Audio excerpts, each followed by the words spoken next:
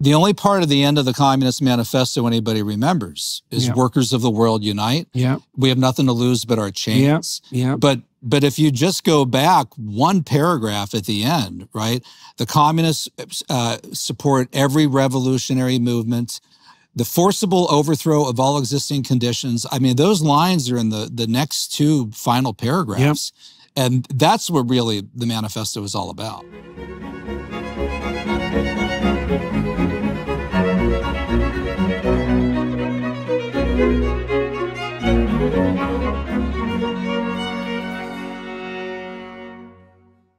Hi, everybody. I have the privilege of speaking with Paul Kengor today. What we're concentrating on today is actually a different book, The Ďavo and Karl Marx. And I really like this book, not least because it delves into Karl Marx's work as a poet and a playwright. And it sheds light, I think, on the underlying structure of his motivation for the so-called economic theories that he developed later. And so we discuss the Mephistophelian nature of the fantasies, the poetic fantasies that Karl Marx developed as a young man, and how that ethos, that Faustian ethos, what would you say, shaped and crafted the murderous doctrine that he developed as a polemicist and a so-called economist. So join us for that. So welcome, Paul. I just read your book, The Ďavo and Karl Marx, recently. And there was a lot of it was striking to me for a couple of reasons. One of the things you took pains to do in this book was to concentrate on some of Marx's work before he was an economist, because he wrote drama and he wrote poetry. And so, and your claim in the book is that, well, we should really be paying attention to some of that early work because it does something like set the frame. It sheds light on his motivation, and it also sheds light on the story that he was imagining or acting out. So can you make some comments about that? How much of it is there? How much poetry? Well, there's quite a bit, and it's deeply disturbing stuff, all right? A lot of it is about the devil. You know, quite literally about the devil. It's chilling, right? You know, thus heaven I forfeited. I know it full well. My heart, once true to God, is chosen for hell. Right. 1837. Straight Lucifer from Milton. Yeah, 1837, that one was. It was one of his first published writings. He would have only been 19 years old at that time. Another one, so it's called The Player, and it was 1841. And here he puts himself, it appears, in the form of this kind of mad violinist who's like frenetically, maniacally sawing away at the violin, and he's summoning up the powers of darkness. And he's doing this in front of his love interest. And the love interest, one does. Yeah, right. And the love interest, Robert Payne says, appears to be his girl at the time, Jenny, the girl that he would end up marrying. And he's summoning up the powers of darkness. And she's saying, why are you doing this to him? It's like a Faustian bargain, more on Faust and Goethe and Mephistopheles in a moment. But just to sort of set the table for people who are shocked by what I said about him writing about the devil. So here's what he says in The Player. Here's just one stanza. He tells the girl, "Look now, my blood-dark sword shall stab unerringly within thy soul. The hellish vapors rise and fill the brain, till I go mad and my heart is utterly changed. See the sword, the prince of darkness sold it to me. For he beats the time and gives the signs. Ever more boldly I play the dance of death." And then he plays this sort of Faustian bargain, and but to back up a little bit, that's his poetry from an early age.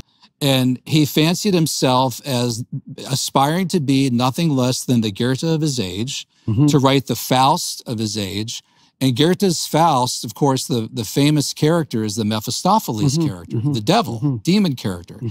And as you saw in the book many times. And Mephistopheles in Faust, that's a character I've done a fair bit of study about. Because, well, there's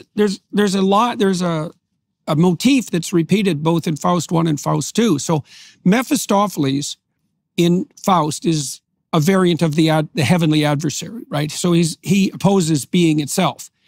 And his ethos, which Goethe has him state twice, is that the suffering that existence the suffering that's a necessary consequence of existence in its finite and limited manifestation, so our mortal frames, let's say, that suffering is so unbearable and so unconscionable that it would be better if existence itself did not exist. Yeah, that's so. Marx. So what Satan does in Goethe's conceptualization is make the case that life is so unfair in its fundament. He's like the antinatalists, the modern antinatalists, that anyone ethical would act in order to bring being itself to a cessation. Yes. Right now, the problem with that seems to be, as far as I can tell, and this is the problem with antinatalism, one of many problems, is that the reason that Mephistopheles is anti-being, hypothetically, is because of the suffering.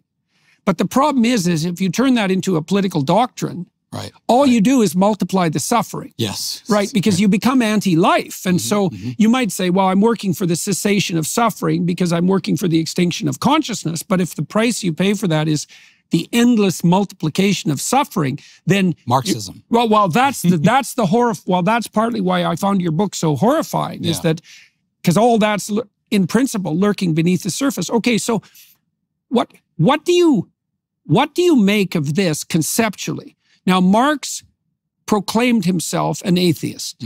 Okay, so the first question you might ask is, well, what the hell does an atheist have to do with Satan? Right. Well, so what do you think about that? And by the way, he had a favorite line from Mephistopheles, which was, in fact, they said this was Marx's favorite quote. Everything that exists deserves to perish. Exactly. That's exactly the line. Everything that exists deserves to perish. And that's repeated. It's in Faust 2, too. Yeah. That's his favorite line. So if someone were to ask me, do you have a favorite quote? Do you have a favorite line? I might give a scripture verse. I might be not afraid, something like that. But Marx said, yes, Mephistopheles, Goethe's Faust. Everything that exists deserves to perish. That's terrifying. To perish. Well, it's terrifying because it truly is the case that as the character of Mephistopheles is revealed in Faust 1 and 2, that's the apotheosis of his philosophy, right? When you really start to understand who Mephistopheles is, that's the final revelation. He's the foe of everything that exists. Now, the rationalization is because of the suffering. Or it isn't just the suffering, because there's a Luciferian pride element. Mephistopheles is opposed to the structure of being also because it doesn't meet his standard. Right. In one of the poems, Marx shouts in the form of Satan, I shall howl gigantic curses at mankind. And Robert Payne says, picture Marx standing there in the middle of like a burned down village, a burnt down house, the raised REZED building, and flames all around him. Everything that exists deserves to perish, and as if to say, now we can begin, He wants to take everything down. He wants to completely level it. And yet all of this, going back to your original point, this is what he was writing before he was doing anything on economics. Right. Before he was doing, and also yet at the same time, because I know there might be some Marx biographers who've ignored this. I know that they've ignored it.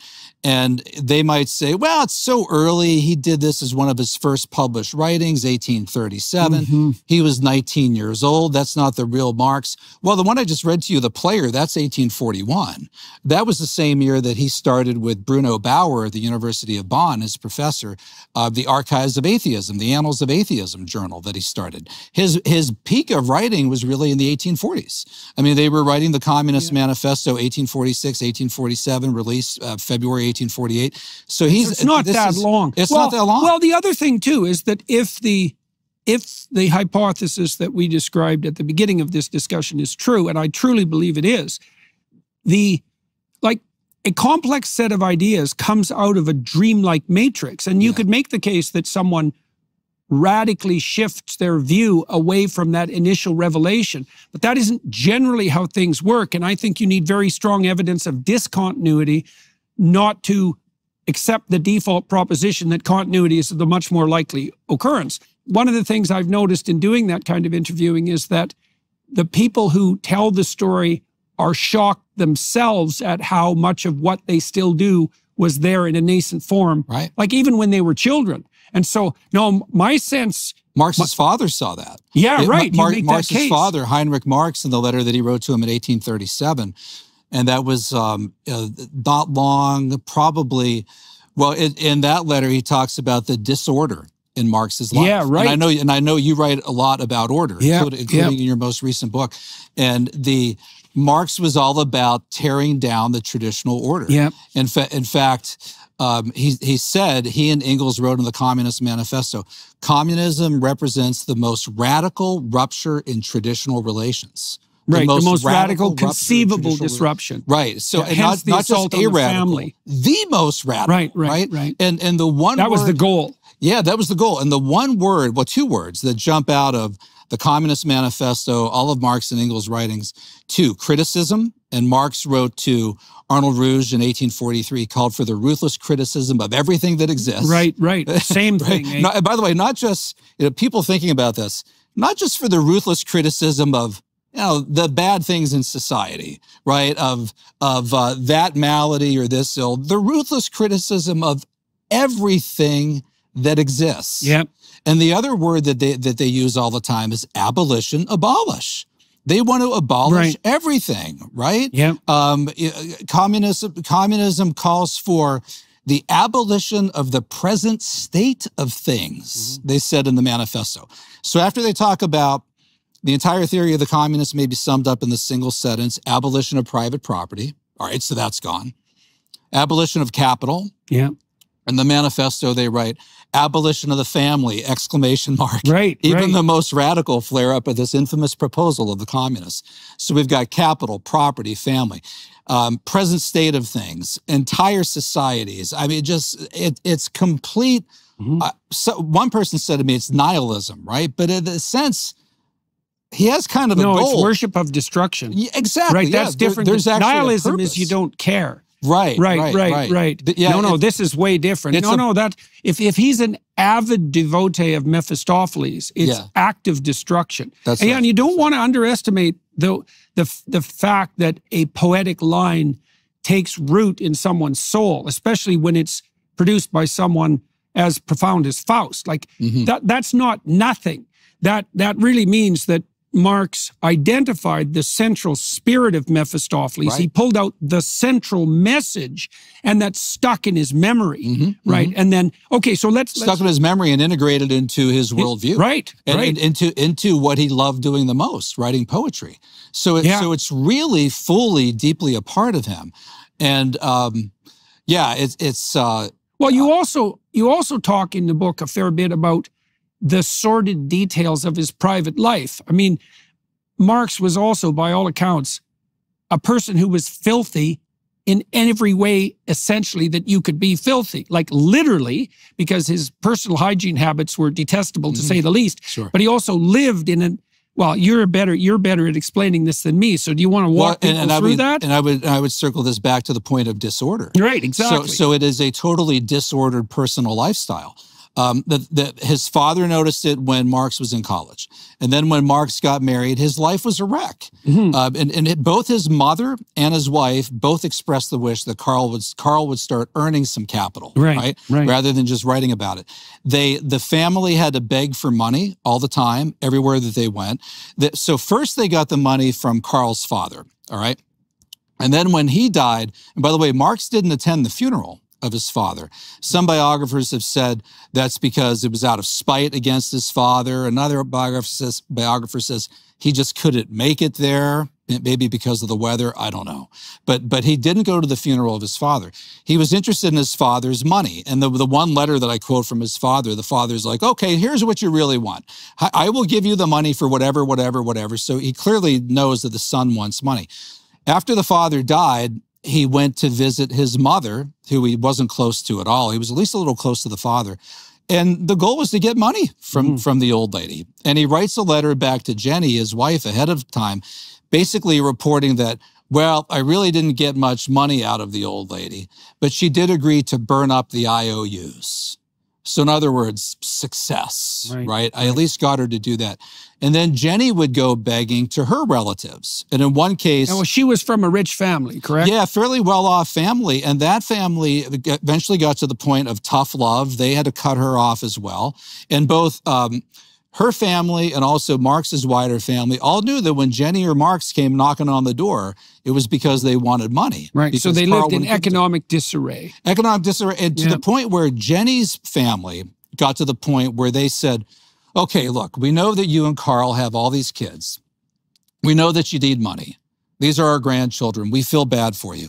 Jenny, we can't give you any more money. We can't do it. So the family lends to the Marx family the family nursemaid. Now, this is a woman named Helen DeMuth, who is called Lenchen. So the nickname was Lenchen. She grew up with Jenny. So Jenny's parents say, okay, we will lend you Lenchen to help the family out rather than giving you more money. So Lenchen basically, here's Karl Marx, champion of the proletariat, the working class, right? Doesn't pay her a dime. Never gives her any money. Yeah, well, that sets the stage for the later communist revolutions. Well, that's right. In fact, really what he's developing is kind of the ideal world that he wants for himself, which is that other people will pay for him to do whatever he does in the library, the writing, the research. So at one point, Marx has sex with Lenchen behind Jenny's back, and she got pregnant. Now, Robert Payne says that he thinks that the sex might have been non-consensual, that it could have been rape, but I don't know how he would know that. But either way, Lenchen got pregnant.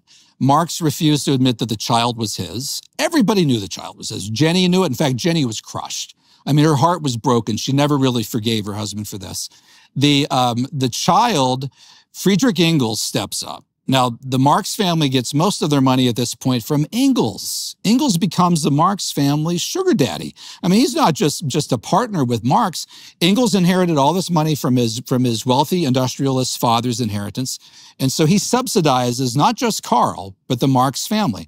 So Engels, who doesn't believe in marriage, all right, these guys were against marriage long before anybody else was. Engels has various women that he shacks up with, which in that day is really unusual. I mean, that was scandalous. You didn't live with a woman that you weren't married to. And a lot of these women wanted Engels, Friedrich, to marry them, make honest women out of them. One of them died, and Engels was really crushed by it, really brokenhearted. Marx writes him a letter, and he kind of acknowledges Engels' loss in the first couple sentences, and then he gets straight to the point of asking for more money. Engels just raged back in a letter. Even my bourgeois friends showed more compassion and interest than you did. But the point of Lenchen. So Engels doesn't care about his reputation. Everyone knows he doesn't believe in marriage. So he steps forward. Helen DeMuth, Lenchen, gives birth to this baby boy, and Engels says, I'll accept paternity. Let's give him the name Friedrich. So the son is known as Freddie. Marx never acknowledges his existence, never acknowledges that it's his kid. Of course, never gives him a penny, just like he never gave a penny to Lenchen. And by the way, that poor kid, Freddie, ended up surviving all the Marx family. Marx, of the 6 kids he and Jenny had, 4 of them died before they did, he and Jenny. And then the 2 girls that survived both committed suicide in suicide pacts with their husbands and by drinking poison. And as you noticed in the Marx poetry, a recurring theme in all of his poetry is about the couples coming together, the Pale Maiden, which sounds like a late-night B-movie horror flick, this Pale Maiden. She drinks hemlock, she commits suicide, lovers committing suicide and suicide pacts. That's how Marx's 2 daughters died. But the family, it was a complete wreck. The house was in complete disarray. There are German police reports from 1848, 1849 on how one of them says, trying to take a seat in the Marx household is a dangerous enterprise or something like that, because the chair could break from under you. It was dirty. The landlords would kick them out. The landlords would cut off the heat. Marx suffered from boils, carbuncles, which Paul Johnson, the late British historian, said, people don't consider this, but Das Kapital is kind of this long, agonizing, painful to read work. Marx's carbuncles on his bottom were at their worst when he was writing Das Kapital. He had them on his private parts, on his penis, to the point where they would sometimes set him in, into these into outbursts of rage. He wrote one letter to Engels. He said, I have this boil between my upper lip and my nose. It's like the devil has been hurling excrement at me. Use the word S-H-I-T. But he suffered, and the doctors tried to figure out, boy, why does Marx have all these boils and carbuncles? No one else in that home seems to have them. Well, the answer is he wouldn't bathe. The guy refused to bathe. Mao Zedong refused to bathe. Some of these communists were like this. But he was a very disordered individual at so many different areas of his life. Even his research, Marx never went into the field or the factory. I mean, he wrote about the proletariat from the vantage, from the library, from a desk in the library in London or at his home. He never actually did real field research. And if you read the Communist Manifesto, it is not the work of an economist. It is more like a polemic. It's more like a philosophical statement. He said once, the revolution that began in the brain of the monk, that would be Martin Luther. He says this in his Opium of the Masses essay, will now begin in the brain of the philosopher. So he really fancies himself a philosopher and a poet.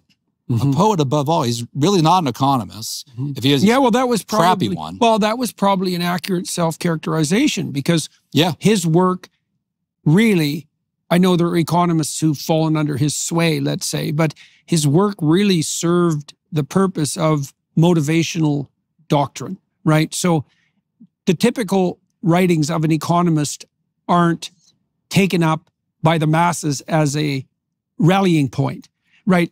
But poetry and philosophy can be taken up as a rallying point. And so... And that's what this book does, right? I mean, if you actually read the Communist Manifesto, which most young people who say, well, if you read the Communist Manifesto, it's a pretty good book. It talks about sharing. They haven't read it. They haven't read it. It's about that thick. Okay, the one I have in mind, the 1998 Penguin Classics edition, edited by Martin Malya, is 56 pages. The Communist Manifesto is kind of a diatribe. It's really, there's a lot of anger in there. There's a lot of catchphrases, kind of revolutionary catchphrases. A guy who could really turn a phrase. I mean, that was Marx. Radical leftists are very good at turning phrases. They really are. Slogan. You know what the derivation of the word slogan is? Right.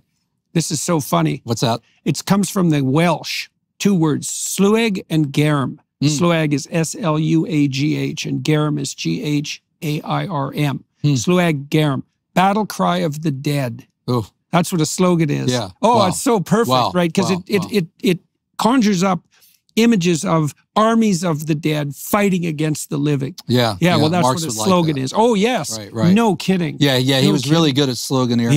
In fact, to the point where the only part of the end of the Communist Manifesto anybody remembers is workers of the world unite.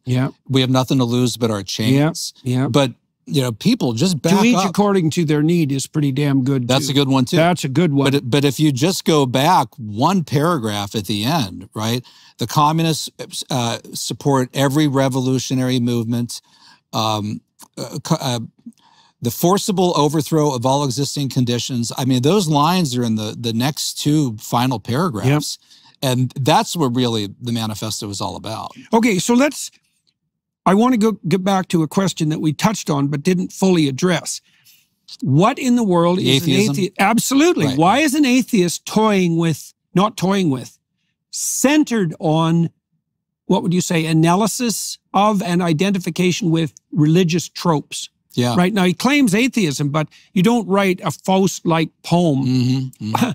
Being in league with Mephistopheles is not technically atheism. Now, you might ask about the relationship between the two, but that's a different question. But so what do you make of the fact that he was obsessed with these Faustian notions and with ideas of conjuring up the underworld, despite his professed atheism? By the way, even the phrase "from each according to his ability to each according to his needs," that's a twisting of the scripture, of the New Testament. Right. But in his case, and people have asked me this. They say, well, if he had this fascination with the devil, it must have only been in a kind of rebellious sort of way, like Mikhail. Like Mikhail Bakunin, Saul Alinsky in the intro to Rules for Radicals, right? Lest we forget at least an over-the-shoulder acknowledgement to that first of all rebels who won himself his own kingdom. Yeah, Lucifer. lest we forget. Yeah, no Lucifer. kidding. Yeah, you don't walk by that sort of statement accidentally. Right. No, definitely not. And a lot of people on the left do. They're like, well, he's just being figuratively. Well, those are the same people who think that Milton's Lucifer is a hero. And lots of people thought that. And who give their magazines names like the Jacobin.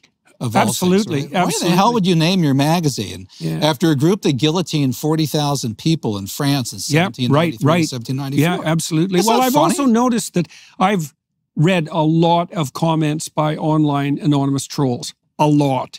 And I've looked at their names. And there's a sizable minority of the really vicious online trolls who adopt satanic names. Absolutely. Like far more than you'd expect. And it's not cute or funny. No. And not in the least. And it sums up the manner in which they deal with the world with much more accuracy than they might imagine when they've had the, what would you call it, unmitigated gall to dare such a thing. Right. Right. In fact, one of them, and I won't say who it is because she could end up watching this, but it's somebody, I know the name of the magazine, and her pen name, I won't give the first name, but the last name is Diavolo. Right. Diavolo, which is Italian for devil. Yeah. Right? Yeah. And I mean, what does that tell you? Yeah. Well, that's the question. Nom de plume of all things, Diavolo. Well, it is the question. What does it tell you? Because why would people you pick that? Well, the people who pick that would say, well, Lucifer is misunderstood because he's just a rebel against tyranny. Sure. Right. And so that's their standard. The devil is misunderstood. He's just a rebel against tyranny. That's how Mikhail Bakunin, who was one of Marx's associates, God in the State, he wrote about Lucifer in this heroic way. Yeah. And he was an atheist. Now, in Marx's case, all right. So he wasn't an atheist in 1837 when he wrote that first poem. Okay. The question is, was he ever an atheist? Yeah. You know what I mean? Because if he's stated his allegiance to Mephistopheles when he's 19 or 20, and that's actually the motif of his writings, he's never an atheist. No. He might not be very pleased with the idea of God, but that's not exactly the same thing as being an atheist. And they also end up putting their faith in Marxism, Leninism in an almost religious-like way. Almost I mean, Ronald Reagan, Marxism, Leninism, that religion of theirs. Right? Yeah. The opium of the intellectuals is what Raymond Aron called it. Yeah. By the way, Marx, in his 1841 poem, The Player, right, which is actually a play, because you mentioned drama. A lot of these plays are actually dramas as well. His demonic violinist who's summoning up the powers of darkness, Marx not only wrote the character and the words, he also wrote the stage, the production, the furniture on the stage, the clothes people would wear. The violinist is wearing the holy robe of Christ from the cathedral in Trier while he's summoning up. I mean, chilling. Wow. Chilling of all things. Right? A lot of the Marx biographers are leftists. So yes, of course. So they ignore all of this stuff. I'm getting off track. No, that's okay. The first main Marx biographer, Franz Mehring, this would have been over 100 years ago, was the first to discover the demonic poetry and plays. And he presented them to Marx's daughter. And he said, you know,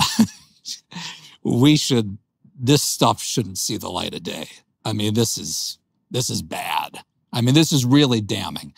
And a communist with some integrity, was it David Rizanov, with the Marx Engels Institute in the 1920s, found all of it and said, no, for the sake of, we need to put this stuff out there so people know what Marx believed. So he actually found it, first published it. It's untouched until Robert Payne mentions it, late 1960s, early 1970s. Paul Johnson wrote about it in Intellectuals. Pastor Richard Wormbrand, who was tortured in the Romanian prison of Pitești, wrote a book called Marx and Satan. He wrote about it. But all the other Marx biographers, they just ignore it. They completely ignore it. So Bauer influences Marx's atheism. They start a journal together called Annals of Atheism, which never gets off the ground, partly because they don't have money to support it. I guess they couldn't find a wealthy atheist socialist who could help them out. So they start this archives of this Annals of Atheism, and then Bauer's eventually fired from the university. He's pushed out of the university.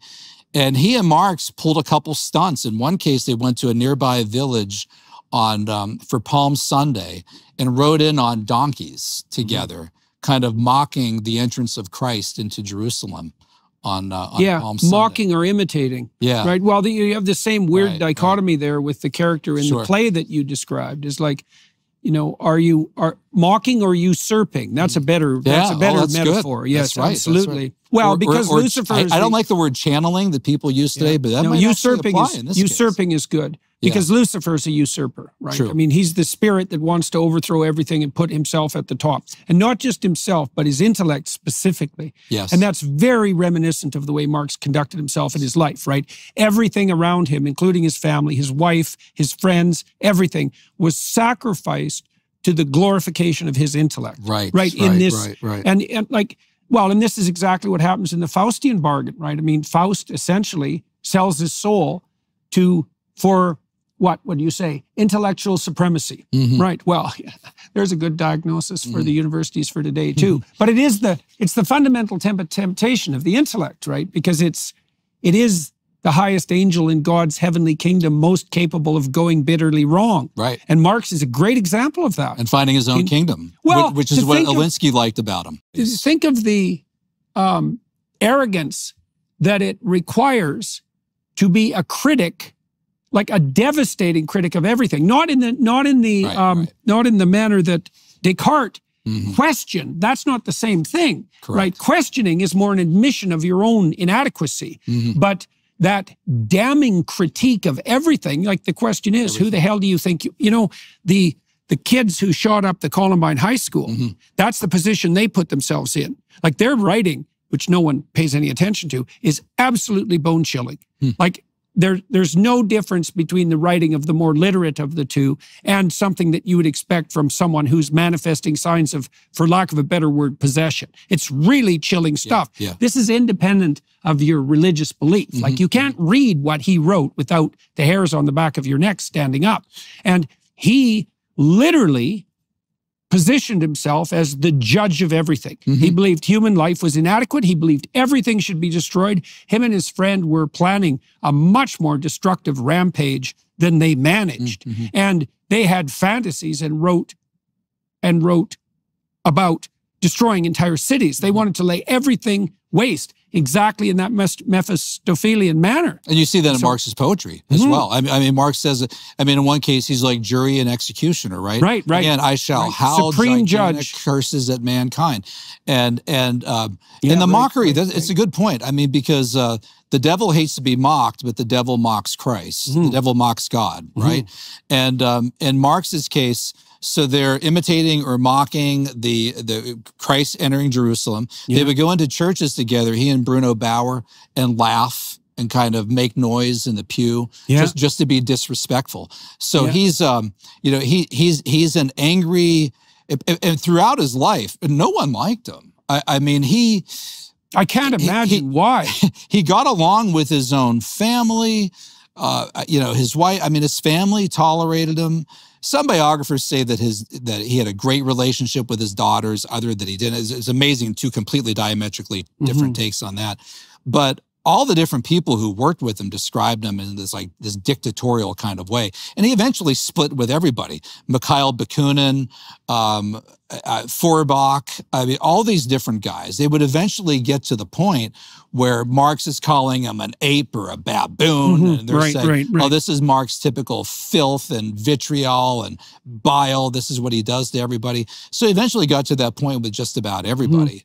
But on your point, right? So when did he become an atheist? So he's there by 1841 at that point. And he's 26 at that point? He would have been 23 years old. 23. Okay, so we don't know. Okay, so we have this sense that he identified with Mephistopheles, which is not great, and and that he has a Luciferian intellect, which is also not exactly what you'd hope for. These poems that he wrote that were paeans to Mephistopheles, is that after he becomes an atheist? No, he's writing, so the first one was 1837, wrote another in 1841. He wrote a bunch of them. And he did just a chilling play called Ulanem. Oulanem. And people that are watching this, if they now type into their computer Ulanem, even in Google, it'll pop up play by Karl Marx. Yeah. It even has a Wikipedia entry. And let me warn people, you might not want to do this, but if you click the images button, you will see, there's some satanic stuff up there from like, not heavy metal, but like black metal groups. So Ulanem is an anagram for Emmanuel or Emmanuelo. Right. So right. Marx takes Emmanuel, which is the name given to Christ, or Manuelo, and he flips it into this anagram called Ulanem. And it's this chilling play. The main character is Lucindo, Lucindo, and you just can't believe what you're reading with this play. So that was written later in the 1840s. So really, the prime of his writing, including the decade when he wrote the Communist Manifesto, is also the same decade when he was writing these poems and plays and throughout his life, his kids and others would say, he had a favorite line always from Mephistopheles. Everything that exists deserves to perish. So that remains a part of him throughout his life. His son, Edgar, has a letter where he addresses his father as "my dear devil," which I don't know. Maybe it's playful. I don't know. Yeah. Although I would never, call my dad "my dear devil."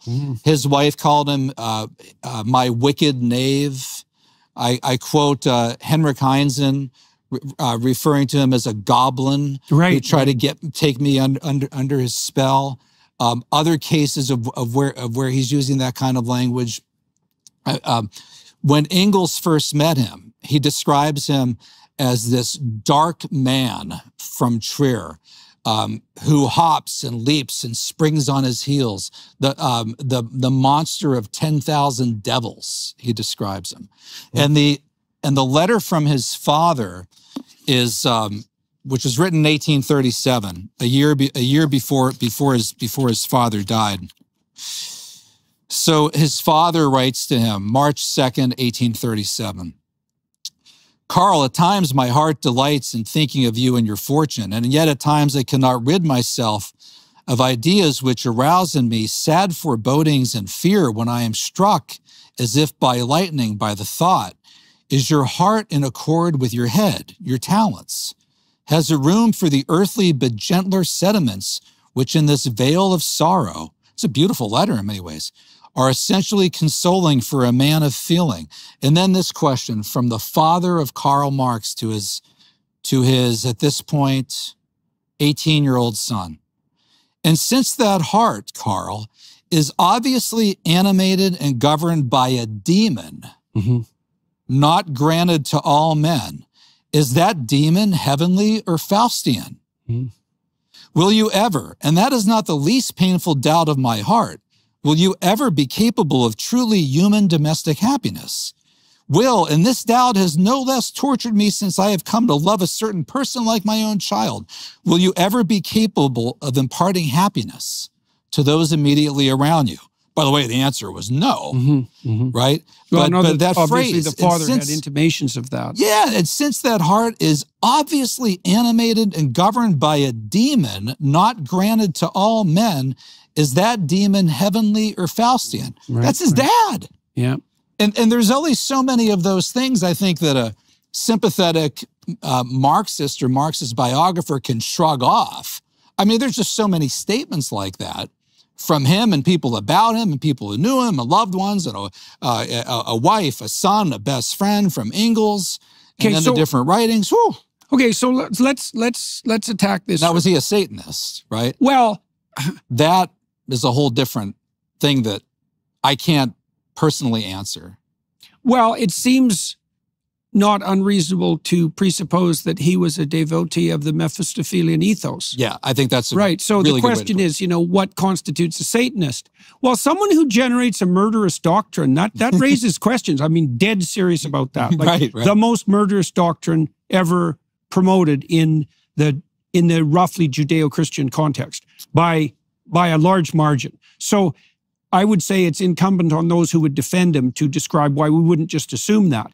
But the part of the reason that I was so interested in talking to you was because I felt that what you documented in your book was extraordinarily telling from the psychological perspective, because I know how these things work. And it is not something that can be overlooked, that was his favorite quote. Right. I mean, especially not when you understand Goethe's centrality in the German intellectual tradition.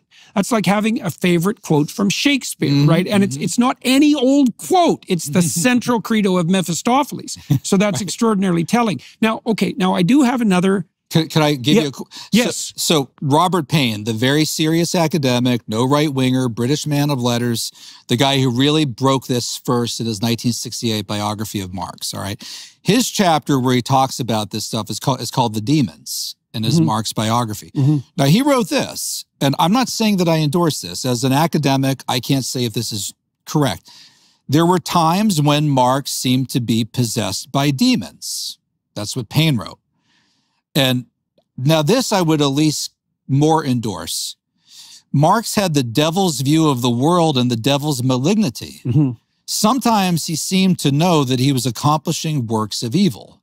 I think that gets closer to it. Now, Pastor Richard Wurmbrand, who wrote the famous book Tortured for Christ, and was tortured for Christ in Romanian prisons by communist captors who were shouting, "I am the devil," while they were torturing him. He did a book called Marx and Satan. He's convinced that Marx was a Satanist and did some things ritualistically that it might have even been satanic. But I can't say that. I can't endorse that. But you see evidence of that in his play. I've never seen... In terms of at least his fantasies. That's right. That's right. But I think what Payne said in the latter quote, the devil's view of the world, the devil's malignity, and at the very least, this identification with kind of devilish-like destruction, right? Tearing everything down, rebelling against the world, everything that exists deserves to perish. That at least, and then the ideology that he created that just happened to be responsible for the deaths of over 100 million people in the 20th century, you know, more than World War I and World War II combined. So that ideology was pretty hellacious. To say the least. Okay, so, and I think it's very naive not to assume that the events that we described in Marx's life are not connected, right? Yeah, right. Correct. And that his economic polemics were somehow independent of his poetic imagination. It's like, obviously they weren't, because they wouldn't have had that motivational force. So they were calling on dark forces, obviously. So, because otherwise they wouldn't have compelled people in that manner, especially not toward that sort of immense sadistic murderousness and utter destructiveness. And of course get to the hatred of God, which all the communists did. So all the communists thereafter seek to ban religion. Right. Atheists. That's right. They're not exactly atheists, because they're trying to stomp something out. That's right. It's not a neutrality. That's right. It's not a neutrality toward religion. It's not irreligion. It's not separation of church and state. It is militant, aggressive atheism. Trotsky and Lenin create the League of the Militant Godless. Right. They ban religion. They have the Moscow church trials. They blow up churches. They jail priests, right? You know, the Solzhenitsyn writes in the Gulag Archipelago, they put nuns in special sections of the Gulag with prostitutes. Yes, right. Deem them whores to Christ. Absolutely. Lenin said, all worship of a divinity is a necrophilia. There is nothing more abominable than religion. So they don't just try to stop religion. They want Pol Pot, the Buddhist monks in Cambodia, to renounce their vows, to marry. It's not enough for them to be quiet. And so after 4 years... I don't know how you can separate a militantly anti-religious atheism from, especially, say, within a Christian context, from something approximating satanic ideology, because I don't see how conceptually that separation is possible. It's one thing to be atheist in the manner that leaves people to go to hell in a handbasket in their own way, but to be actually an enemy of the religious enterprise, that's a whole different thing. It is. So, and that obviously Marx and the communists were obviously that, clearly, obviously. And Satan might say, I don't care if you believe in me or not, you're doing my work, man. I mean, you're shutting down churches, blowing up churches. That also touches on the issue of what it means to believe, right? And I mean, you could imagine someone comparatively harmless who toys with ritualistic satanic activities in a sort of dramatic manner. And then you could imagine someone who tortures nuns and priests and burns down churches, but forgoes any technical affiliation with Satan. Right. I would say that the latter is the Satanist in a much deeper sense than the former. That's Not right. that what the former is doing is excusable. Yeah, or at least satanic. Yes, right. But to do what the communists did to the religious enterprise is evidence of something far more militant than a mere atheism. Yeah. So, okay. Now, here's something that was bothering me too when I was reading your book. So, one of the things that the radical leftists do, that especially, and this is sort of in proportion to their, what would you say, their intellectual arrogance, is elevate themselves on moral grounds above the great figures of the past. So I can hardly stand going into art museums anymore, because a typical art museum now, and this is true even of the greatest museums in the West, is a great painting with a little polemic off to the side, written by some art critic who's basically claiming moral superiority over the artist because of their adherence to whatever the current ideological doctrine is. It's sickening. Even though that work of art has survived for 6 centuries, we're still looking at it. Well, but imagine what a great advantage it is to the art critic to be able to claim moral superiority to a truly great man of the past without having to actually have accomplished anything. Right. I mean, what a deal, right? Okay, so, but there, you can imagine that there should be some separation between the products of thought and the personality of the person. Right. Okay, so are you concerned about that in relationship to your critique of Marx and Marxism? No, it's a great question. And by the way, in case we don't get to it, people should know Marx's views on race, especially toward black people. I mean, he had hideous views toward black people, all stuff that should get him canceled. I don't believe in canceling anybody, but the things that the left is willing to cancel this or that American figure on because of maybe a statement about race or somebody who owned slaves. I mean, what Marx said about black people is unbelievable. You'll be reading letters in German between Marx and Engels, and all of a sudden the N-word pops up. You know, the American, English racial epithet, N-I-G-G. It's not like the German word for Negro or black. It's like, whoa, look at that. And they were, in fact, his daughter was married to a guy named Paul Lafargue, who was, I guess, partly Cuban to some degree. And Marx and Engels are sitting there trying to figure out in a letter, deducing with scientific accuracy how much N-word blood is in his veins. Is it 1/8? Is it 1/12? And they called him Negrillo, the gorilla. And they made fun of him because he was black. And there's a letter from Engels to Marx's daughter. It says something like, oh, I hear he's running for office in this district in Paris. Well, it contains a zoo. As somebody who's, he should be a perfect representative of that district, being somebody who's just closer to the apes and the monkeys than we are. Ferdinand Lassalle, who they refer to as the Jewish N-word, they're looking at his cranial capacity and all kinds of, so I mean, very, very racist. If Patrisse Cullors, one of the founders of Black Lives Matter, who calls herself a Marxist, knew what Marx said about race, she'd probably call herself, I don't know, maybe a communist, but she probably shouldn't call herself a Marxist. But in Marx's case, to get to your question, the personal, what he believed in his writings and his ideas and the world that he wanted is in fact an extension of his personal life. So it's a fascinating example of where what he wanted in public very much is reflective of what he believed in private. Because communism, again, people actually sit down and read the manifesto, okay? I mean, they actually call for, the forcible overthrow of all existing conditions. That's an actual phrase.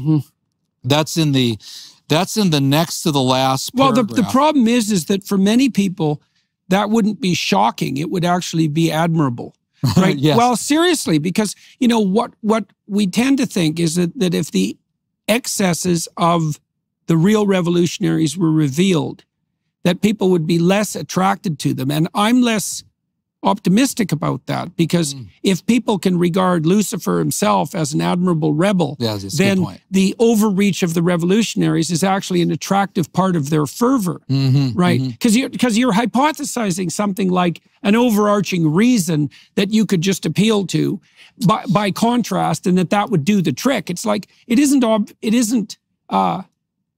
I think that the degree to which, for example, the real radical protesters that are burning down cities aren't aiming at burning down the cities is highly questionable.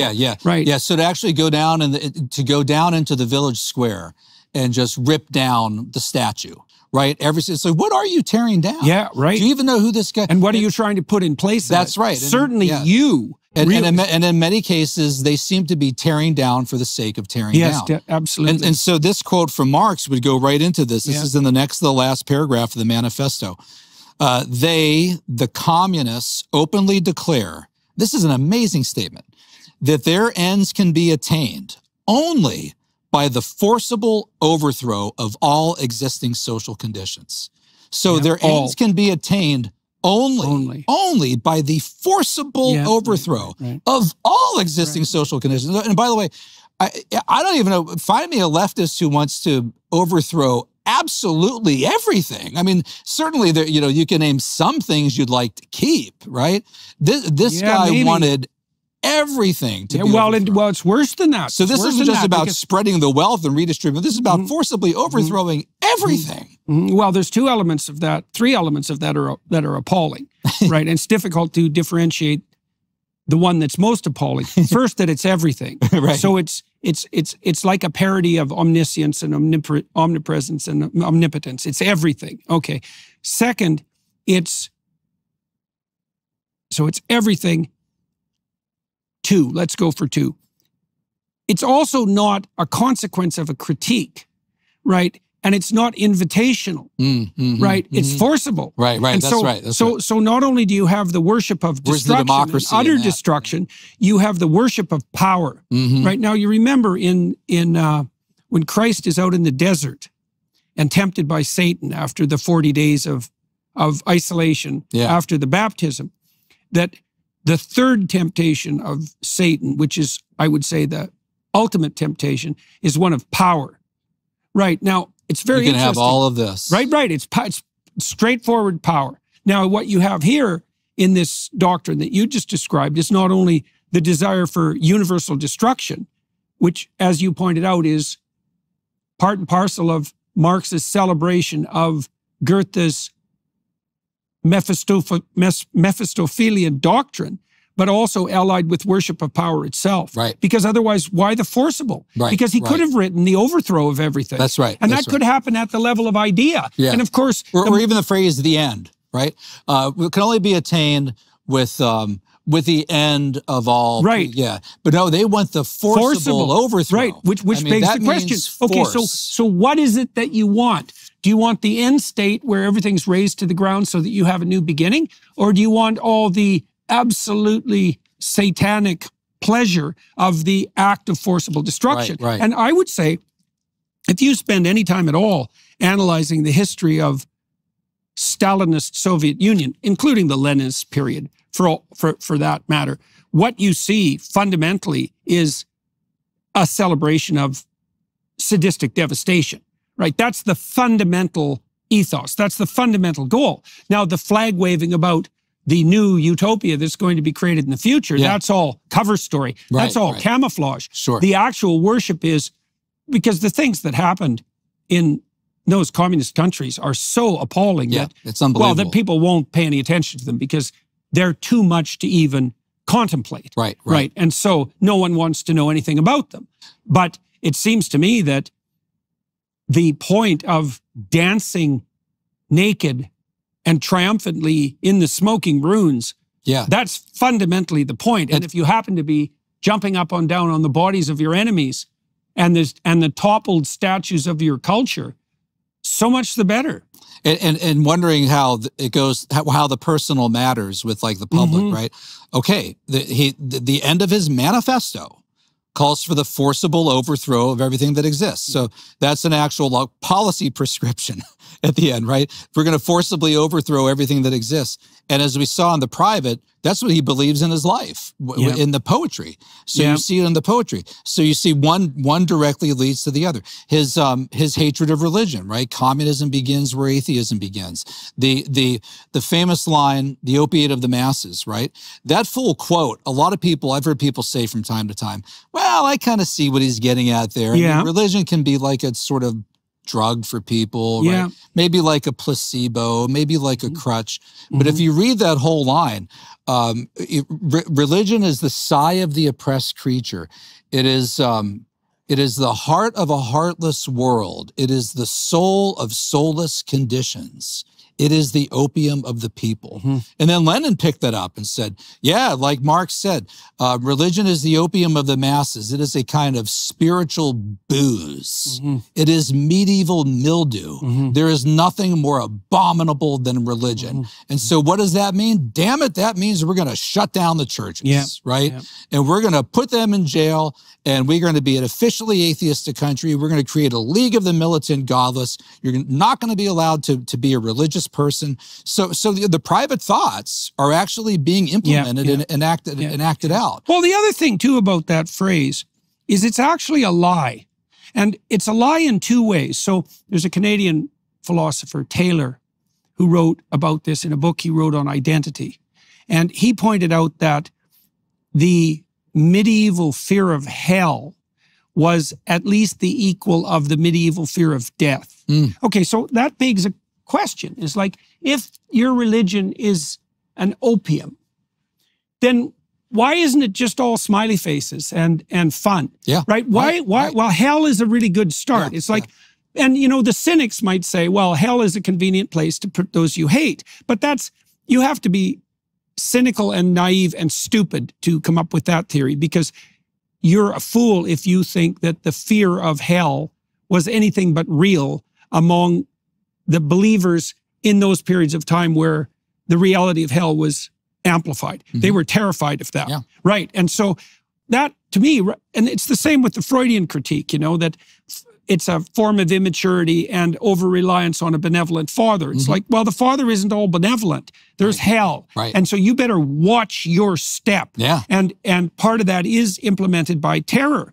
And then, but there's more to it. And Jesus said, you want to follow me? Pick up your cross. Well, that's the next thing. It's like, okay, so we have Christ, the happy face God, who asks people only to believe that everything is good and there's no price to be paid for that. No, that's not, that's exactly, that couldn't be a bigger lie, because there isn't a larger sacrifice that is possible than the one that the founder of Christianity required of himself and his followers. There's nothing in that in the least that's opiate.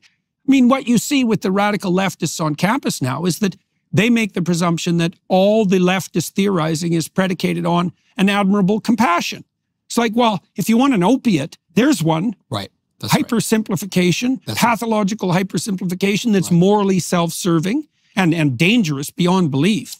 So, but one of his criticisms of Christianity later was, he said it preaches cowardice, self-contempt, self-abasement, self-sacrifice. But it preaches self-sacrifice. Those things don't go in the same category. Exactly. No, they certainly don't. I know what Christ didn't lack courage. Right.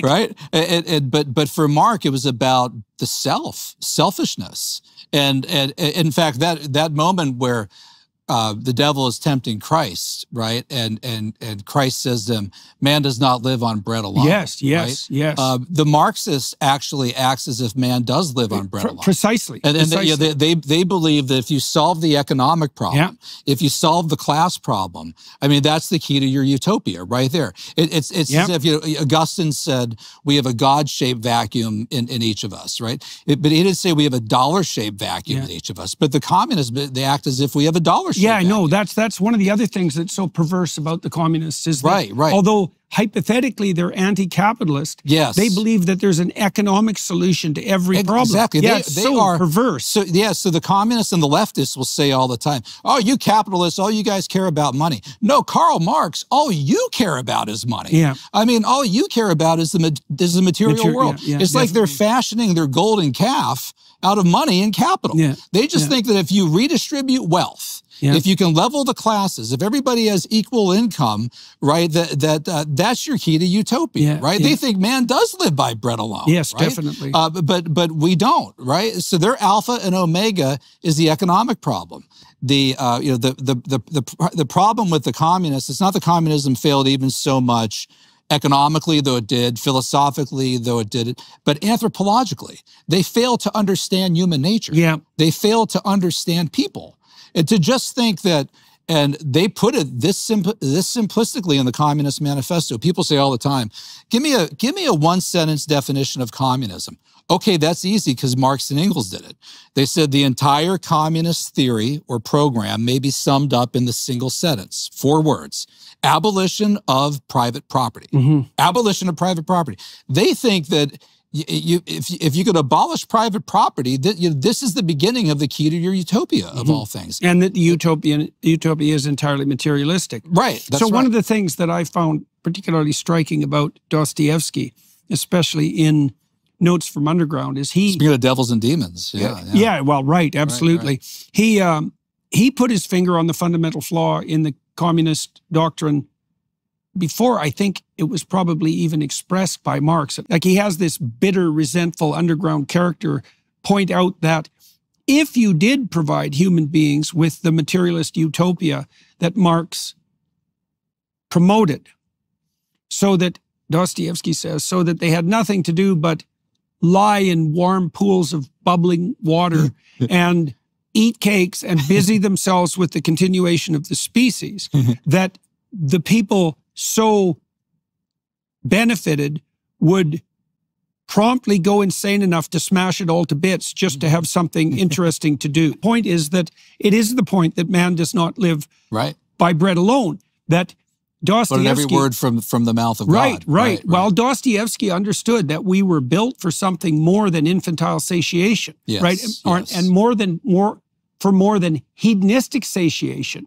And I would say the Marxists ally very nicely with the infantile hedonists, because both of them presume that the mere satiation of desire would suffice to bring about the utopia. That's exactly right. Right. That's exactly right. Okay. And maybe this is a kind of sharp departure. Look where the Marxists today are, right? A lot of the Marxists today are not even bothering with class or economics. But they've gone into the area of culture. They've gone into gender. They've gone into race, right? Yeah. So they've gone from the factory floor to the classroom.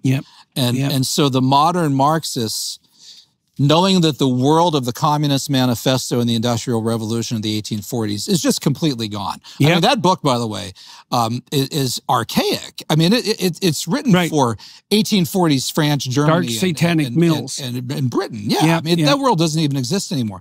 So a lot of today's Marxists have taken the Marxist superstructure of oppressed versus oppressor, right? And they said, okay, it's no longer the oppressive bourgeoisie and the oppressed proletariat. And the proletariat would be the oppressed group. That would be the victim class and also the redeemer class, right? By the stripes of the proletariat, you were healed, right? They would usher in the revolution. So instead, people don't, I mean, what young people today even know what the word proletariat or bourgeoisie mean?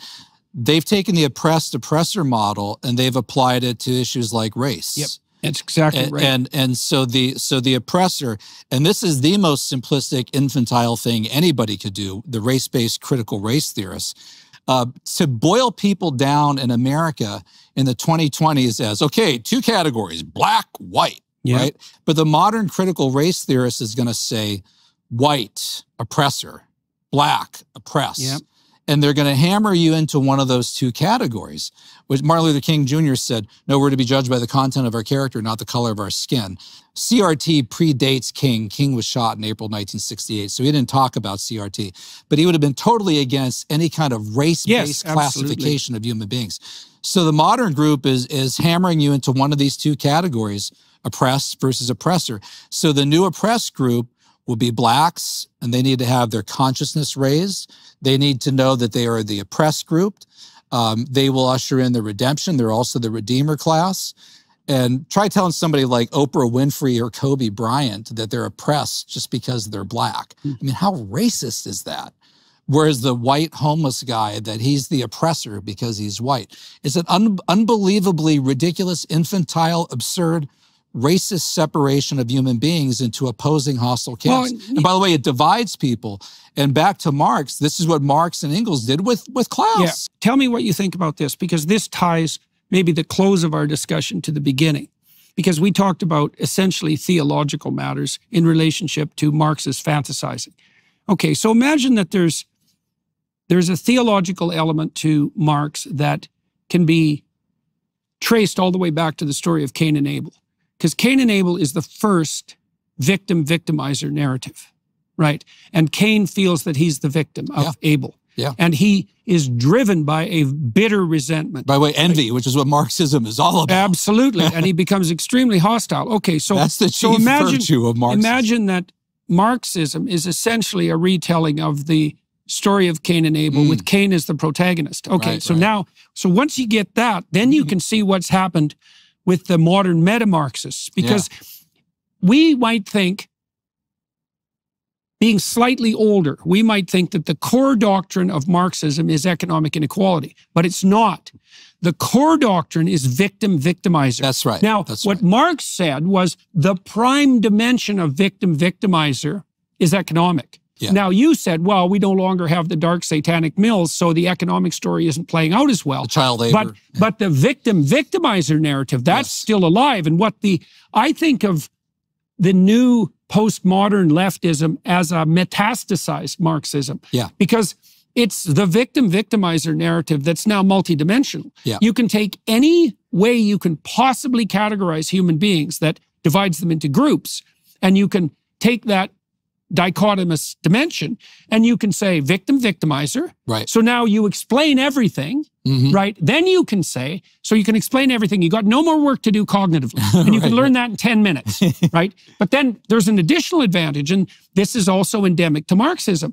Imagine that you have two problems to solve in the world. One is to understand it, and the other is to figure out how to conduct yourself in it. Okay, well, the victim-victimizer narrative gives you both, because not only have you now a complete causal explanation, everything can be understood in terms of power, because that's the victim-victimizer story, but goodness merely requires that you identify with the victim. Right. Right, That's right. So it solves your moral problem too. Yeah. Right. And so, exactly. And so what we have is the spectacle of the modern universities, what would you say, promulgating this meta-Marxism, metastasized Marxism, where they've fragmented the oppressor-oppressor narrative into multiple dimensions. Even if they don't know it's Marxist. It's deeper than Marxism, right? Right? Marxism would then become a variant of something even deeper. And I think what is deeper is the victim-victimizer narrative, that way of construing the world. Yeah. And that is a way of, like the postmodernists, especially people like Foucault, it's all about power. And they're always in search. This kind of modern post-Marx, whatever, they're always in search for the next victim group. Yep. Right. That's the key. Who's the next victim class? And once you're in that group, that group has to be taught to hate the other group. I mean, for them to know that they are a victim because of that group. Yes, that's right. And if you don't get that, if you don't understand that, you need your consciousness. Or this is where the university You're also comes a traitor to teach it. That's right. Yep. And if you're in the oppressor group and you don't realize you're an oppressor, right? Your skin color defines you and puts you in that camp, right? Or your you are the oppressor, or your sexuality, or your gender. Yeah. I mean, what could be worse than as simple as male, female? Yeah. Right, gender Marxists. Yeah, and they're in a power position too. They're in the position to define who's the victim and who's not. And those are always people during the revolution that are going to be in charge. This is what Lenin called the vanguard, right? In what is to be done in 1902. Yeah, they're the same ones that tell you when it's time for a new pride flag. Now that's right. That's right. It seems to be about every week. That's right. They're the managers. And we stop and say, I don't get this. Everybody's supposed to be equal in wealth, but Castro, I mean, doctors, janitors, baseball players, custodians all get $120 a year in Cuba. Castro is worth $1 billion, right? Look at the dachas on the Black Sea that all the communist apparatchiks have in the Soviet Union. Look at the Kims. Look how much money they have. Well, you have to understand that for them, they're the rulers, right? The Marxism, the communism is for the ruled, not the rulers. It's for the masses, not the masters, right? It's for all of you idiots. Well, there's also no evidence technically from the economic perspective that the communist governments had any impact whatsoever on inequality. Oh, yeah, no. Other than making everybody equally poor. Well, that's the thing, is there was less to go around. Yes, right? So they were very good at suppressing the benefits of capital, but were able to address inequality not at all. Yes, and by destruction. Right. But they were not able to address inequality at all. No. Right. No, It's just that they nationalized everything, including poverty. Yeah. Your book about Marx is a rather personal analysis of Marx. What has that done to you personally in your understanding of Marx and, let's say, also your understanding of the world? Because there's a very strange theological dimension to your analysis of Marx. Okay, so was that theological dimension there before you wrote this book? Partly, I suppose. Well, yeah, I think it probably was already there. I mean, I've always thought, Jordan, that when people ask me, how did communism catch on, right? Well, first of all, it's never voted into power, and if it is, they don't stand for another election, right? What's the rational reason why anybody, if you just read the Communist Manifesto, it's so clear that this is completely impractical. It can't possibly work. I think there's almost a kind of a diabolical explanation for this.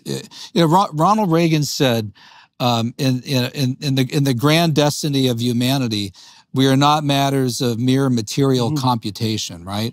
When great forces are on the foot in the world, we learn that we are spirits, not animals, right? I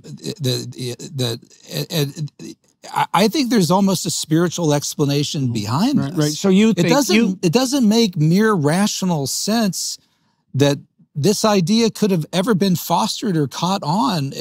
I think there's a diabolical explanation or force behind it. Right. So you basically believe that the Marxist phenomena cannot be understood outside an overarching religious interpretive framework. I think so, I think that's right. And we haven't mentioned the very opening words of the manifesto. A specter is haunting you. The specter of communism. No kidding. Yeah, and it says, all the old allies of Europe, Pope and Tsar, Metternich and Guizot, German and French radicals and German spies, have entered into a holy alliance to exorcise this specter. Marx and Engels opened the book with a paragraph describing it as a specter. A demonic specter that needs exorcise. Now, again, they're being playful with words. Yeah, right. No, there's too much of this. There's too much of this.